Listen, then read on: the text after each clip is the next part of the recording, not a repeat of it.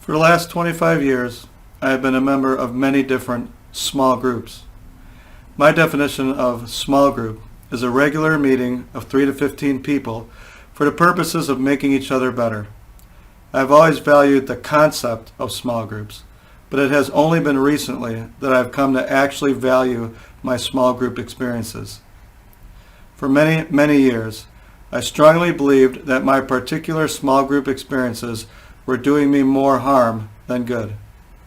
I kept going back to the old adage that goes something like this: hang out with people who are better than you so you can become better. In complete transparency and vulnerability, I actually believed I was having difficulty finding people who were better than me. In hindsight, I can clearly see the pride and arrogance behind that attitude. I spent many years actually praying that God would bring better people into my life so that I could get better myself. Can you imagine that? It embarrasses me to even say that out loud, but it is true. As I matured in my later years and could more easily listen and discern God's voice, I began hearing a consistent response to those prideful, arrogant, and ignorant prayers. I have already given you the exact people you need. Be a good steward and good servant of the precious people I have already put in your life. Start paying more attention to what is good about the people around you rather than what is bad. I finally started listening to that response a few years ago, and my life and relationships have been completely revolutionized.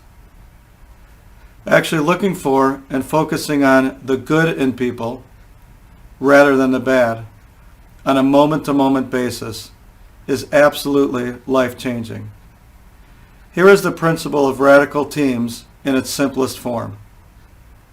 Seeing everyone you are currently interacting with in your daily life as members of a radical team that can be stewarded and leveraged to make you and the other team members better. That is a truly radical idea. At least it is to me.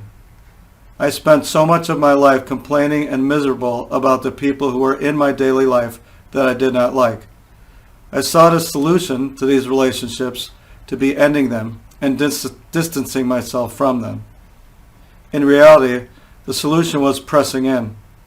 The transformation in my life has been so profound that when I talk to people I have known for 20 plus years, I honestly feel like I am meeting them for the very first time. I'll think to myself, this person is great. Why did I ever not like them?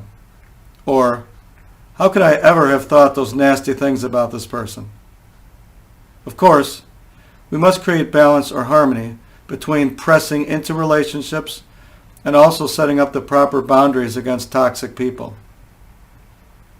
I was way out of balance in this area, creating selfish, prideful, ungraceful boundaries that were hurting myself and others. Not anymore.